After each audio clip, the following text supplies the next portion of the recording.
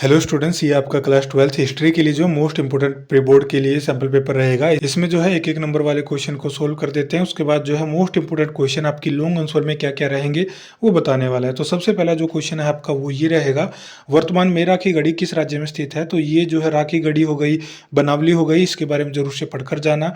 तो ये जो है हरियाणा में स्थित हो जाएगी। इसके अलावा बात करें दूसरा क्वेश्चन जो आपको पूछा गया, अर्थशास्त्र का जो है लेखक कौन है। तो लेखक जो है कौटिल्य, बी ऑप्शन इसका सही हो जाएगा। उसके बाद जो है अगला क्वेश्चन है आपका, प्रसिद्ध पुस्तक किताबुल हिंद के लेखक कौन है। तो ये जो है अल बुरूनी हो जाएगा, ये ऑप्शन इसका सही हो जाएगा। अगला जो क्वेश्चन है, सांची का स्तूप वर्तमान में कहाँ स्थित है। तो सांची के स्तूप की बात करें तो ये जो है अभी आपके मध्य प्रदेश, यानी सी ऑप्शन इसका सही हो जाएगा। अगला जो क्वेश्चन है, हम्पी नगर किस नदी के किनारे बसा हुआ है। तुंगभद्रा नदी हो जाएगा। इसके अलावा जो है विजयनगर साम्राज्य के बारे में पढ़ लेना, हरिहर और बुक्का के बारे में पढ़ लेना। उसके बाद जो है अगला क्वेश्चन है, पांचवी रिपोर्ट ब्रिटिश संसद में कब पेश की गई। क्वेश्चन नंबर 6 की बात करें तो ये जो है 1813 में, यानी जो है सी ऑप्शन इसका सही हो जाएगा। अगला जो क्वेश्चन है, सामान्य सेवा भर्ती अधिनियम किस गवर्नर जनरल के शासनकाल में पारित किया गया था। तो इसकी बात करें तो ये जो है आपका लॉर्ड कनिंग जो है, इसके शासनकाल में ये जो है पास किया गया था। अगला जो क्वेश्चन है वो आपका, महात्मा गांधी के राजनीतिक गुरु कौन थे। तो ये जो आपको बताना है कौन हो जाएंगे इसके। तो ये जो है डी ऑप्शन गोपाल कृष्ण गोखले हो जाएंगे। अगला जो प्रश्न है वो कुछ इस प्रकार है, प्रभावती गुप्त कौन थी। तो ये जो आपको बताना है प्रभावती गुप्त कौन थी, ये चंद्रगुप्त द्वितीय की जो है बेटी थी। अगला जो क्वेश्चन है, अंतर्विवाह से आप क्या समझते हैं। तो ये जो है सेम वर्ण और सेम कास्ट में शादी करना, वो जो है अंतर्विवाह हो जाता है। इसके बाद जो है क्वेश्चन नंबर 11, इब्न बतूता किस सुल्तान के शासनकाल में भारत में आया था। तो ये जो है सुल्तान मोहम्मद बिन तुगलक के शासनकाल में जो है भारत में आया था। बाकी जो है इनके आंसर भी आपको प्रोवाइड करवा देंगे थोड़ी देर में। अगला जो क्वेश्चन है, कलिंग मैकेंजी कौन था। तो ये जो है आपको बताना है कौन हो जाएगा।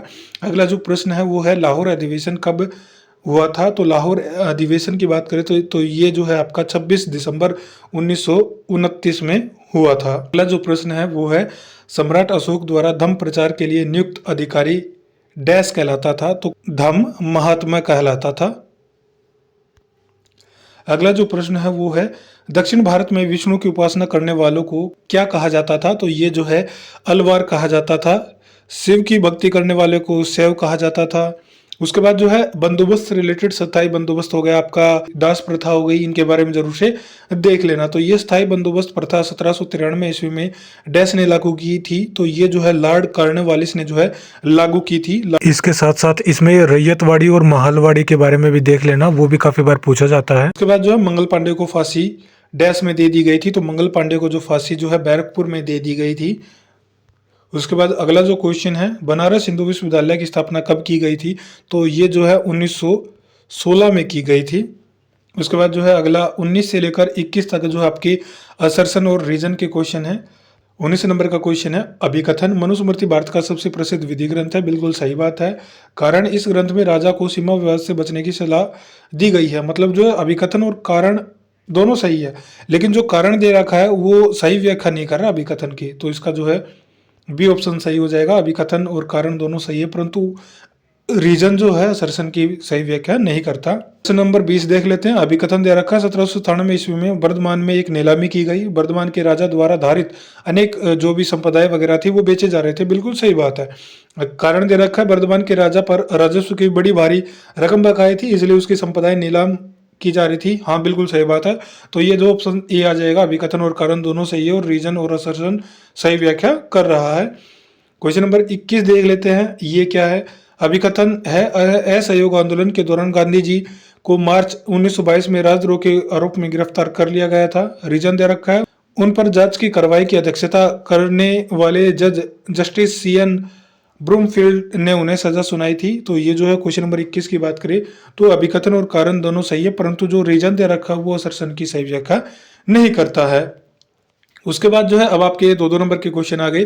तो हड़प्पा कालीन के बारे में जरूर देख लेना। हड़प्पा कालीन लोगों का जीवन निर्वाह कैसे था। हड़प्पा कालीन लोगों का मुख्य व्यवसाय क्या था।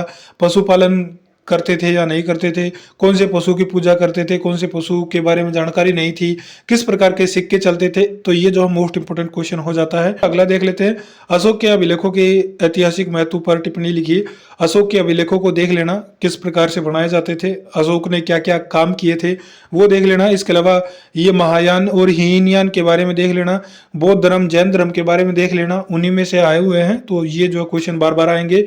इसके अलावा जो यात्री थे उनके बारे में देख लेना, जैसे इब्न बतूता हो गया, फ्रांसवा बर्नियर हो गया, देख लेना।